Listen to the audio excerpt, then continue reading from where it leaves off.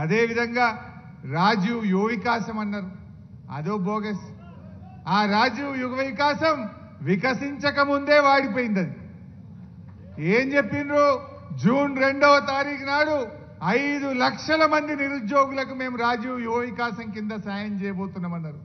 June 2 పై 5 నెలలు ఒక్కనికన్నా ఇచ్చిండ్రా? మాటలు కూడా బోగస్, హామీలు బోగస్. ఇవాళ అన్ని వర్గాలను మోసం చేసిండ్రు. నేను మా తమ్ముళ్ళను కోరేది ఒక్కటే, ఇవాళ మీ చేతిలో ఒక అవకాశం ఉంది. రేవంత్ రెడ్డి కళ్ళు తెరిపించడానికి మీ చేతిలో ఒక అవకాశం ఉంది. ఈ జూబ్లీ హిల్స్ ఉప ఎన్నిక, కొంతమంది చెల్లెళ్ళు ఎలక్షన్లో నామినేషన్ వేసినట్టు కూడా నేను పేపర్లో చదివాను. నేను మీతో కోరేది ఒక్కటే, జూబ్లీ హిల్స్ ఓడిపోతే రేవంత్ రెడ్డి ఏం గద్దె దిగడు కదా, ఆయన ముఖ్యమంత్రి పదవి ఏం పోదు కదా, ఇంకా 3 ఏళ్ళు పక్కా ఉంటాడు ఆయన్నే రేవంత్ రెడ్డి, ఉండాలని కూడా మేము కోరుకుంటున్నాం. ఇక మళ్ళా కాంగ్రెస్ 20 ఏళ్ళ దాకా మొలవదిగా. అయితే నేను మీతో కోరేది ఒక్కటే, దయచేసి మీరు కాంగ్రెస్ను జూబ్లీ హిల్స్లో ఓడించాలని, ఆనాడు కాంగ్రెస్ను గెలిపించాలని బస్సు యాత్ర చేసిండ్రు. ఆనాడు కాంగ్రెస్ మిమ్మల్ని వేడుకున్నది, వాడుకున్నది. ఇవాళ గెలిచి గద్దెనెక్కి మీకు దగా చేసింది కాంగ్రెస్. ఆ కాంగ్రెస్ కళ్ళు తెరిపించాలంటే, ఆ కాంగ్రెస్ కు సురుకు పుట్టాలంటే జూబ్లీ హిల్స్ లో కాంగ్రెస్ ను ఓడించడానికి మా నిరుద్యోగ యువతి యువకులందరూ దండుగట్టి బయలుదేరండి. కాంగ్రెస్ ఓడితే ఆయన రివ్యూ చేసుకుంటాడు. రాహుల్ గాంధీ అడుగుతాడు, నేను ఏమైందా నువ్వు ఎందుకు ఓడినావు అంటే, అప్పుడు మా నిరుద్యోగ యువతి యువకులకు 2 లక్షల ఉద్యోగాలు ఇస్తా అని రాహుల్ గాంధీ, ప్రియాంక గాంధీ మాట ఇచ్చి మోసం చేసింది కనుక ఈ నిరుద్యోగ యువకులే కాంగ్రెస్ ను ఓడించిండ్రు అనేటువంటి విషయం వాళ్ళకి అర్థం కావాలి. ఉద్యోగాలు ఇవాళ మనకు 2 లక్షల ఉద్యోగాలు రావాలంటే, మెగా డిఎస్సి రావాలంటే, జీవో 46 అమలు కావాలంటే జూబ్లీ హిల్స్ లో కాంగ్రెస్ కు గుణపాఠం చెప్పండి. అప్పుడే ఇవన్నీ వస్తాయి. గవర్నమెంట్ ఏం మారది, కొత్త గవర్నమెంట్ ఏం ఎక్కదు. కానీ తన తప్పులు తాను తెలుసుకోవాలంటే, కాంగ్రెస్ రివ్యూ చేసుకోవాలంటే ఇవాళ కాంగ్రెస్ ను మనం ఓడించాల్సినటువంటి అవసరం ఉంది. దయచేసి ఆలోచించండి. జీవో 29, జీవో 55 ఆనాడు అసెంబ్లీలో నేను ఎంత గట్టిగా మాట్లాడానో మీరందరూ కూడా చూసే ఉంటారు.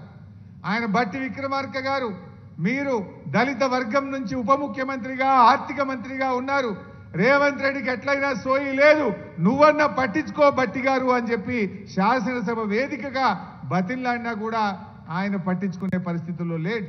అంటే ఇవాళ ఎంత దుర్మార్గంగా వ్యవహరిస్తున్నారో మీ అందరికీ అర్థమైతా ఉంది. జాబులు నింపండి అయ్యా అంటే జేబులు నింపుకుంటున్నారు కాంగ్రెస్ వాళ్ళు. జాబులు నింపుతలేరు కానీ కాంగ్రెస్ నాయకులు జేబులు నింపుకునే పనిలో పడ్డారు. గల్ల పెట్టెలు నింపుకుంటున్నారు. ఏమి చూసినా పర్సెంటేజీలు.